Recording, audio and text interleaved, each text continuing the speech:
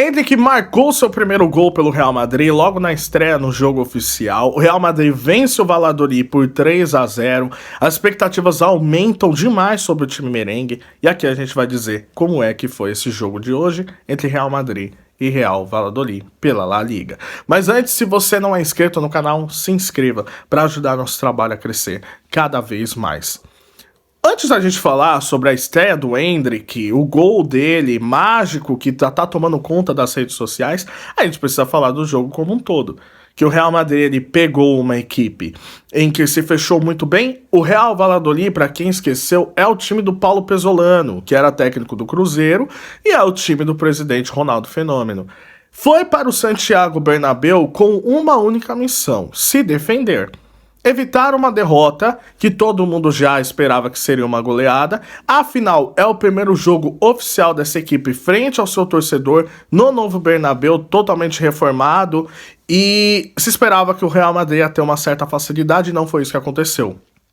O Paulo Pesolano, ele coloca uma linha de 6, outra hora uma linha de 5, evitando com que o ataque do Real Madrid conseguisse fazer vários arremates. Real Madrid, por sua vez, ele entrou em campo sem o Bellingham e colocou o Arda Güler. Bom jogador, excelente jogador que se destacou na Euro pela Turquia e é um dos maiores talentos dessa geração e promessas que o Real Madrid ele segura e agora vai colocar mais minutos para jogar.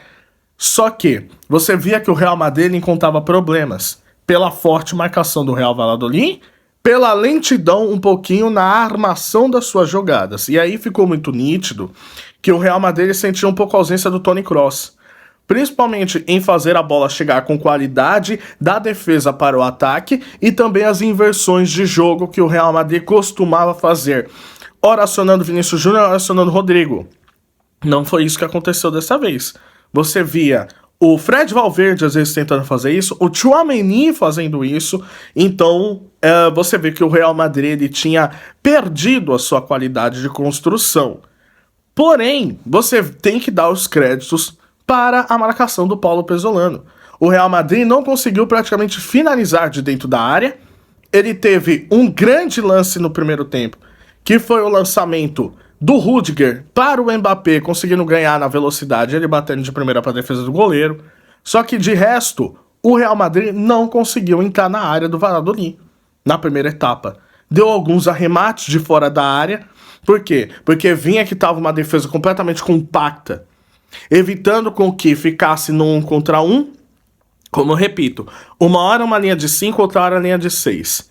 Mais a linha de 5... E quando fazia a linha de 6 era quando o Vinícius Júnior tentava fazer as suas infiltrações. Por quê? Porque como o Real Madrid ele jogava num 4-2-3-1, o Real Madrid, o Rodrigo e o Vinícius Júnior ficaram um pouquinho para trás e só deixando o Mbappé na frente.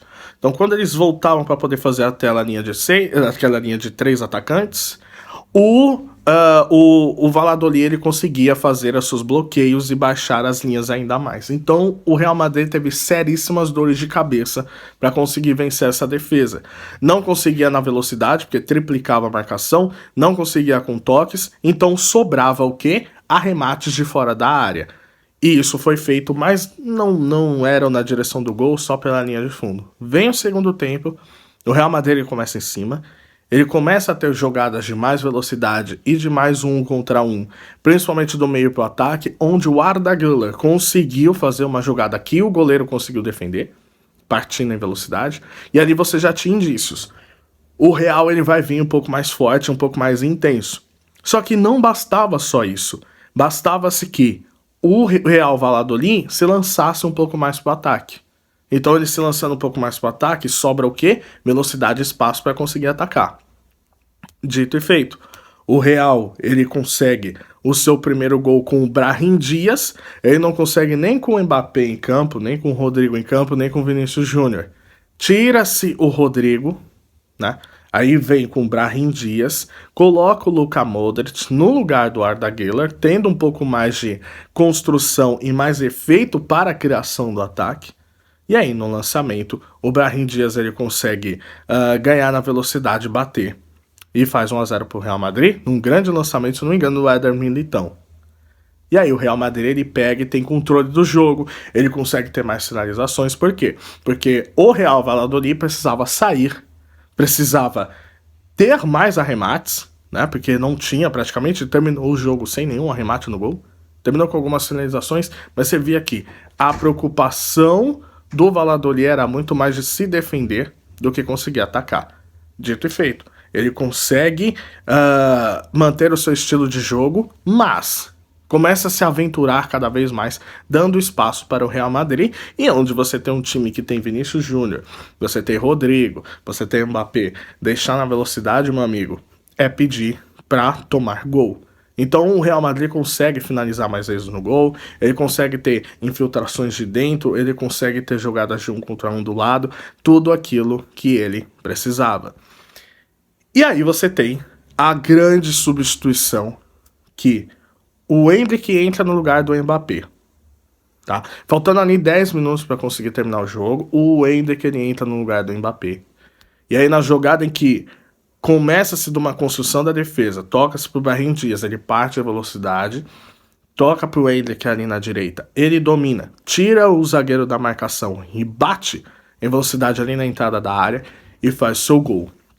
O que a gente pode dizer disso? O Endrick, segundo o Fabrício Romano, né, o grande repórter e jornalista Fabrício Romano, ele fala que o Endrick é o jogador mais jovem a marcar em La Liga pela história do Real Madrid. Ninguém fez gol tão jovem quanto o Endrick pelo Real Madrid.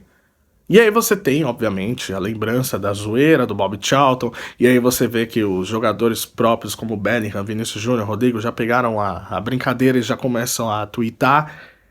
Só que você tem uma coisa muito interessante, que é, desde o início da temporada, o Ancelotti ele fala que ele não vai colocar o Vinícius, o Endrick no Real Castilha.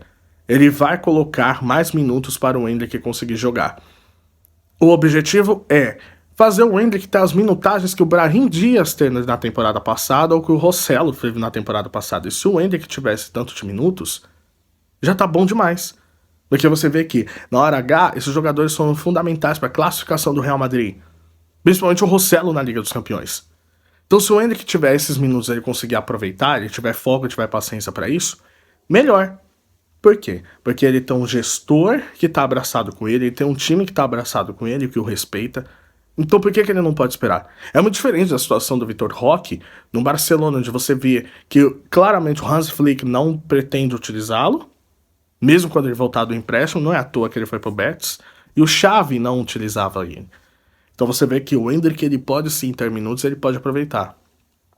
Então ele fazendo esse gol é muito importante para ele mostrar que, olha, eu tenho arranque, eu tenho poder de decisão, eu posso ser fundamental para esse time. E atingindo essa marca de jogador mais jovem é muito fundamental para ele, é muito fundamental para o Real Madrid, que mostra que o time tem cada vez mais peças que fazem a diferença. Então o Real Madrid, ele pode se dizer que, cara, eu tenho sim um dos elencos mais fortes do mundo. Tanto o titular quanto o reserva. Eu posso colocar o Endrick e o Brahim Dias para jogar revezando. Eu posso ficar tranquilo que na ausência do Bellingham, eu tenho um Arda Güler para conseguir fazer essa função, eu posso até colocar o Luka Modric. Então, você vê que o Real Madrid ele caminha a passos largos para o encaixe melhor dessa equipe, ainda não está 100%. Você vê que, por exemplo, o Mbappé ele cai no mesmo lado que o Vinícius Júnior muitas vezes, eles precisam fazer troca de posições, cai muito para a esquerda, né, que é onde os dois estão. O Rodrigo, às vezes, precisa cair muito para dentro, então você vê que ainda precisa de encaixes. Encaixes principalmente devido à saída do Toni Kroos, que perde poder de criação na jogada, perde poder de inversão. Mas o Ancelotti, sendo um ótimo gestor que ele é, sendo um ótimo observador que ele com certeza vai fazer esse time jogar. E aí o Real Madrid dando clique, dando liga, fica cada vez mais difícil para as pessoas acreditarem que alguém possa bater de frente. Acreditar que esse time não possa ser unido. Você vê ainda, né, o Mbappé, ele tem um espírito de solidariedade muito grande. Não sabemos até quando que isso pode durar, mas é um ótimo sinal de que o time, o coletivo, ele se impera cada vez mais. Então é uma questão de tempo. A questão é que o Real Madrid conseguiu romper a barreira de um time que só se defendia. O Real teve posse e teve velocidade. Pela posse não estava conseguindo tanto, mas pela velocidade, quando ele teve campo para conseguir correr e botar seus jogadores em velocidade, tanto por lançamentos indo da defesa, quanto bolas esticadas do meio campo para o ataque, ele conseguiu ter êxito.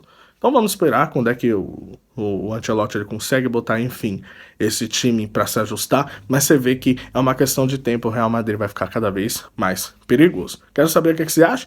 Deixa aqui os comentários no vídeo. Você acha que a estreia do Endrick foi boa ou não? Você acha que o Real Madrid vai fim da liga ou não? Não esqueça de se inscrever no canal. Tamo junto e até a próxima. Valeu.